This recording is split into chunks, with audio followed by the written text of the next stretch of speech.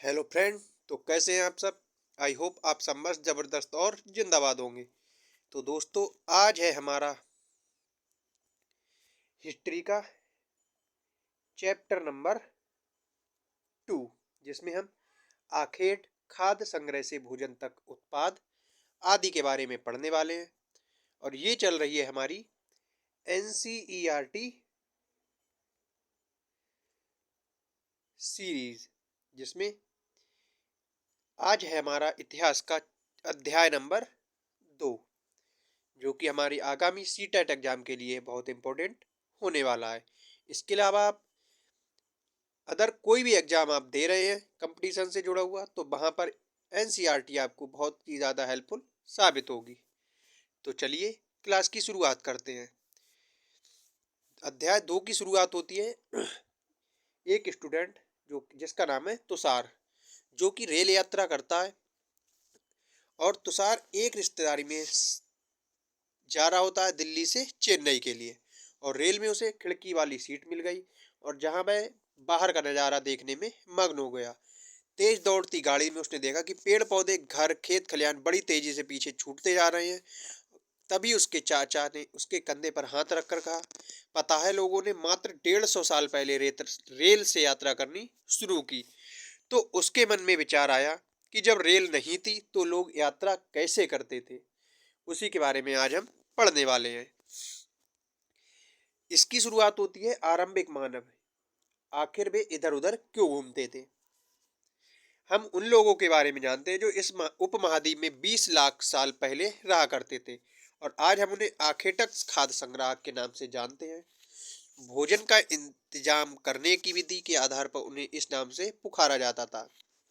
आमतौर पर खाने के लिए वे जंगली जानवरों का शिकार करते थे, क्योंकि उन्हें कृषि का ज्ञान नहीं था।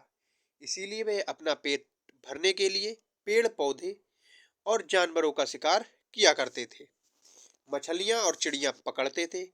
फल फूल, दाने, पौधे, पत्तियां, अंडे इकट्ठा किया करते थे। आखेटक खाद्य संग्राहक समुदाय के लोग एक जगह से दूसरी जगह पर घूमते रहते थे। ऐसा करने के कई कारण थे। पहला, कि अगर वे एक ही जगह पर ज्यादा दिनों तक रहते तो आसपास के पौधों, फूल, फलों और जानवरों को खाकर समाप्त कर देते थे, और इसलिए वह भोजन की तलाश में इन्हें दूसरी जगहों पर जाना पड़ता था। क्योंकि जब ये एक जगह पर रहते थे तो वहां पर पेड़ पौधे, जानवर, फूल फल इत्यादि सबको खाकर खत्म कर देते थे। और जब ये सब चीज खत्म हो जाती थी तो वहां पर इन्हें अपनी भूख शांत करने के लिए कुछ नहीं मिलता, तो ये दूसरी जगह पर चले जाते थे।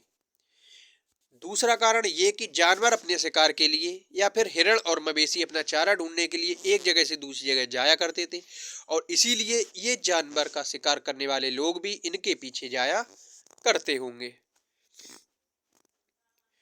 तीसरा कारण ये कि पेड़ों और पौधों में फल फूल अलग अलग मौसम में आते हैं, और इसीलिए लोग इनकी तलाश में उपयुक्त मौसम के अनुसार इलाकों में घूमते होंगे। और चौथा कारण ये कि पानी के बिना किसी भी प्राणी या पेड़ पौधों का जीवन रहना संभव नहीं है, और पानी झीलों तथा नदियों में ही मिलता है। यद्यपि कई नदियां और झीलों का पानी कभी नहीं सूखता। कुछ झीलों और नदियों में पानी बारिश के बाद ही मिल जाता है, और इसलिए ऐसी झीलों को और नदियों के किनारे बसे लोगों को सूखे मौसम में पानी की तलाश में इधर उधर जाना पड़ता होगा। अब बात करते हैं कि आरंभिक मानव के बारे में जानकारी कैसे मिलती है। पुरातत्वविदों को कुछ ऐसी वस्तुएं मिली जिनका निर्माण और उपयोग आखेटक संग्रह किया करते थे, और यह संभव है कि लोगों ने अपने काम के लिए पत्थरों, लकड़ियों और हड्डियों के औजार बनाए हों। इनमें से पत्थरों के औजार आज भी बचे हुए हैं। इनमें से कुछ औजारों का उपयोग फल फूल काटने, हड्डियों और मांस काटने तथा पेड़ों की छाल और जानवरों की खाल उतारने के लिए किया जाता था। कुछ के साथ हड्डियों या लकड़ियों के मुट्ठे लगाकर भाले और बाण जैसे हथियार बनाए जाते थे, और कुछ औजारों से लकड़ियां काटी जाती थी। लकड़ियों का उपयोग ईंधन के साथ साथ झोपड़ियों और औजार बनाने के लिए भी किया जाता था।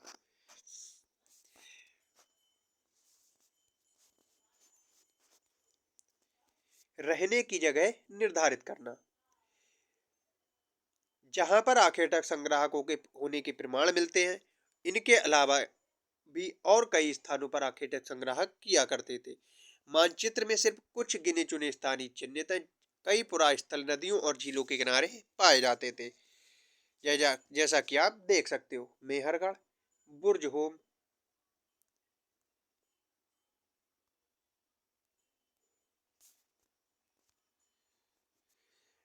मेहरगढ़, बुर्ज होम, भीमबेटका, नर्मदा नदी, तापी नदी, गोदावरी, इनाम गांव, महागढ़ा, कोल्डी हवा, चिरांद, दाउजली, हेडिंग। इनमें जो त्रिभुज से दिए हुए वो पुरा पाषाणिक स्थल है। त्रिभुज में दिए और जो चतुर्भुज में दिए हुए हैं वो नवपाषाणिक पुरा स्थल है। जो हरे गोले में दिए वो महापाषाणिक पुरा स्थल है। और जो इस तरह के दिए हुए हैं ये आरंभिक गांव है। और जो स्टार बने हुए हैं वो आधुनिक नगर हैं।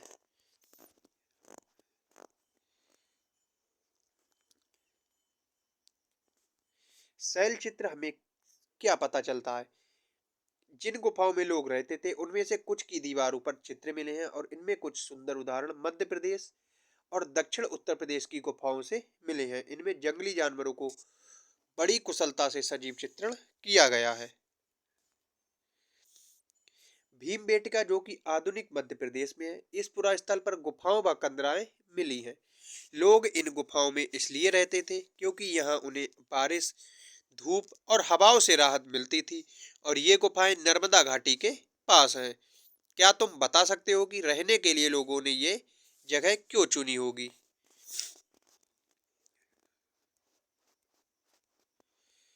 अब बात करते हैं पुरा स्थल की। पुरा स्थल उस स्थान को कहते हैं जहां औजार, बर्तन और इमारतें जैसी वस्तुओं के अवशेष मिलते हैं। ऐसी वस्तुओं का निर्माण लोगों ने अपने काम के लिए किया था और बाद में वे उन्हें वहीं छोड़ गए। ये जमीन के ऊपर, अंदर, कभी कभी समुद्र और नदी के तल के भी पाए जाते हैं। इन पुरास्थलों के बारे में आपको अगले अध्यायों में बताया जाएगा। अब बात करते हैं आग की खोज। मानचित्र में कुरनूल की गुफा को ढूंढो, यहाँ राख के अवशेष मिले हैं। इसका मतलब ये है कि आरंभिक लोग आग जलाना सीख गए थे। आग का इस्तेमाल कई कार्यों के लिए किया गया होगा, जैसे कि प्रकाश के लिए, मांस भूनने के लिए और खतरनाक जानवरों को दूर भगाने के लिए। अब बात करते हैं नाम और तिथियों के बारे में। जिस काल में हम पढ़ रहे हैं पुरातत्वविदों ने इनके बड़े बड़े नाम रखे हैं। आरंभिक काल को वे पुरा पाषाण काल कहते थे। और ये दो शब्दों पुरा यानी कि प्राचीन और पाषाण यानी कि पत्थर, ये नाम पुरा स्थलों से प्राप्त पत्थर के औजारों के महत्व को बताता है। पुरा पाषाण काल 20 लाख साल पहले से 12,000 साल पहले के दौरान माना जाता है। इस काल को भी 3 भागों में विभाजित किया गया है: आरंभिक, मध्य एवं उत्तर पुरा पाषाण युग। मानव इतिहास की लगभग 99% कहानी इसी काल के दौरान घटित हुई। जिस काल में हमें पर्यावरणीय बदलाव मिलते हैं उसे मेसोलिथ यानी कि मध्य पाषाण युग कहते हैं। और इसका समय लगभग 12,000 साल पहले से लेकर 10,000 साल पहले तक माना गया है। इस काल के पाषाण औजार आमतौर पर बहुत छोटे होते थे और इन्हें माइक्रोलिथ यानी कि लघु पाषाण कहा जाता था। प्राय औजारों में हड्डियों या लकड़ियों के मुट्ठे लगे हंसिया और आरी जैसे औजार मिलते हैं।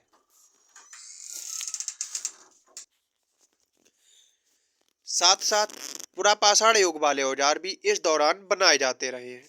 अगले युग की शुरुआत लगभग 10,000 साल पहले से होती है और इसे नवपाषाण युग कहा जाता है।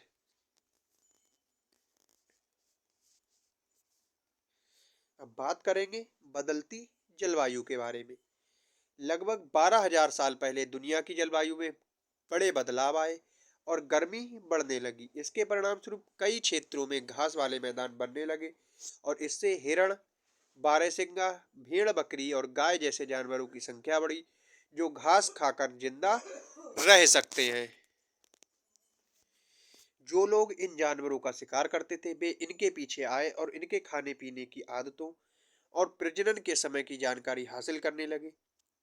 तब इन लोगों को पकड़कर अपनी जरूरत के अनुसार पालने की बात को सोचने लगे। और साथ ही इस काल में मछली भी भोजन का महत्वपूर्ण स्रोत बन गई। खेती और पशुपालन की शुरुआत। इसी दौरान उपमहाद्वीप के भिन्न भिन्न इलाकों में गेहूं, जौ, धान जैसे अनाज प्राकृतिक रूप से उगने लगे थे और शायद महिलाओं, पुरुषों और बच्चों ने भी अनाजों को भोजन के लिए बटोरना शुरू कर दिया होगा। साथ ही वे ये भी सीखने लगे कि यह अनाज कहाँ उगते थे और कब पककर तैयार होते थे। ऐसा करते करते लोगों ने इन अनाजों को खुद पैदा करना सीख लिया और इस प्रकार वे धीरे धीरे कृषक बन गए। इसी तरह लोगों ने अपने घरों के आसपास चारा रखकर जानवरों को आकर्षित कर उन्हें पालतू बनाया होगा। सबसे पहले जिस जंगली जानवर को पालतू बनाया वह था कुत्ता। धीरे धीरे लोग भेड़, बकरी, गाय, सुअर जैसे जानवरों को भी अपने घरों के नजदीक आने को उत्साहित करने लगे और ऐसे जानवर झुंड में रहते थे और ज्यादातर घास खाते थे।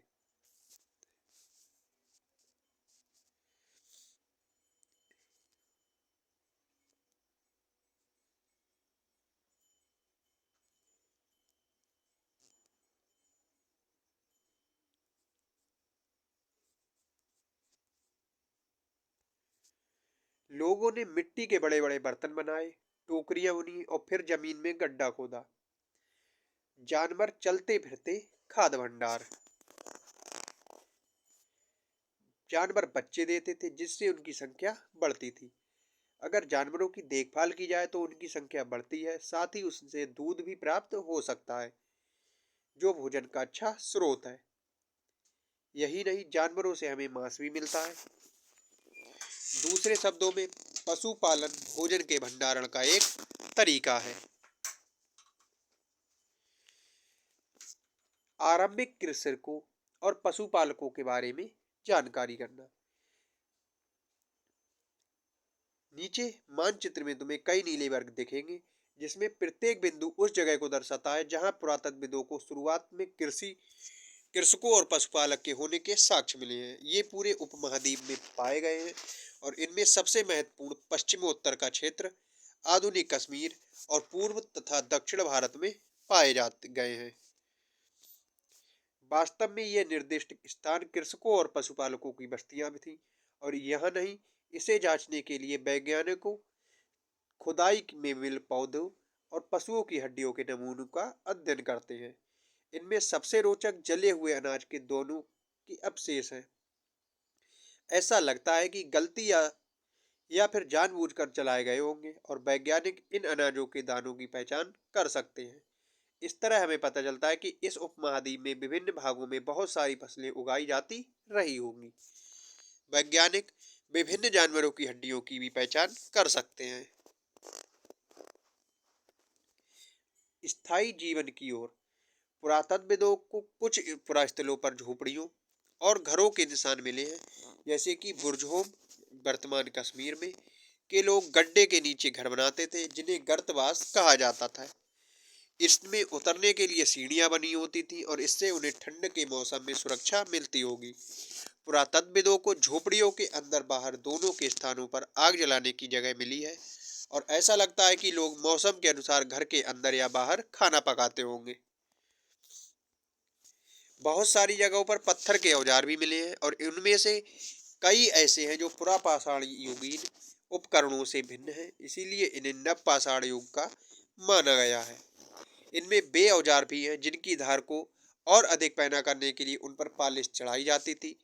ओखली और मूसल का प्रयोग अनाज तथा वनस्पतियों से प्राप्त अन्य चीजों को पीसने के लिए किया जाता था और आज हजारों साल बाद भी ओखली, मूसल का प्रयोग अनाज पीसने के लिए किया जाता है। उसी प्रकार तरह की प्रस्तर युगीन औजारों का निर्माण और प्रयोग लगातार होता रहा।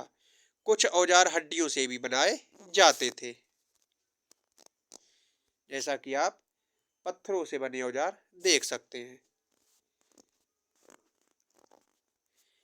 नवपाषाण युग के पुरास्थलों में कई प्रकार के मिट्टी के बर्तन मिले थे। कभी कभी इन पर अलंकरण भी किया जाता था। बर्तनों का उपयोग चीजों को रखने के लिए किया जाता था और धीरे धीरे लोग बर्तनों का प्रयोग बनाने के लिए भी करने लगे। चावल, गेहूं तथा दलहन जैसे अनाज अब आहार का महत्वपूर्ण हिस्सा बन गए और इसके साथ साथ अब लोग कपड़े भी बुनने लगे। इसके लिए कपास जैसे आवश्यक पौधे उगाए जा सकते थे।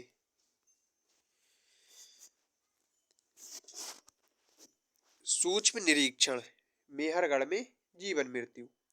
यहाँ यह ईरान जाने के सबसे महत्वपूर्ण रास्ते बोलन दर्रे के पास एक हरा भरा समतल स्थान है और मेहरगढ़ संभवतः वह स्थान है जहाँ के स्त्री पुरुषों ने इस इलाके में सबसे पहले जौ, गेहूं उगाना और भेड़ बकरी पालना सीखा था। यहाँ विभिन्न प्रकार के जानवरों की हड्डियां मिली। इसमें हिरण तथा सुअर जैसे जंगली जानवरों तथा भेड़ और बकरियों की हड्डियां मिली हैं।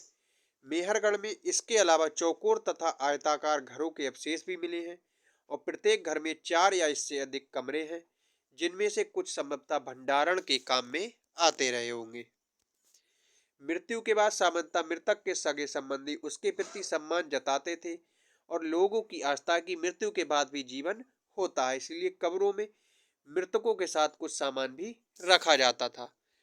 मेहरगढ़ में कई ऐसे कब्रें मिले जिसमें एक कब्र में एक मृतक के साथ एक बकरी को भी दफनाया गया था। संभवतः इसे परलोक में मृतक के खाने के लिए रखा गया होगा, जैसा कि आप चित्र में देख सकते हैं। उपयोगी शब्द, आखेटक, संग्राहक, पुरास्थल, उद्योग स्थल, आवासीय स्थल, पुरापाषाण, मध्यपाषाण और लघुपाषाण, कृषक, पशुपालक, नवपाषाण युग और कब्रें। तो हमारा ये चैप्टर कंप्लीट होता है और इनमें दिए गए प्रश्नों को आपको स्वयं हल करना है। इंपॉर्टेंट तिथियां, मध्य पाषाण युग कब से था? 12,000 साल से लेकर 10,000 साल पहले तक।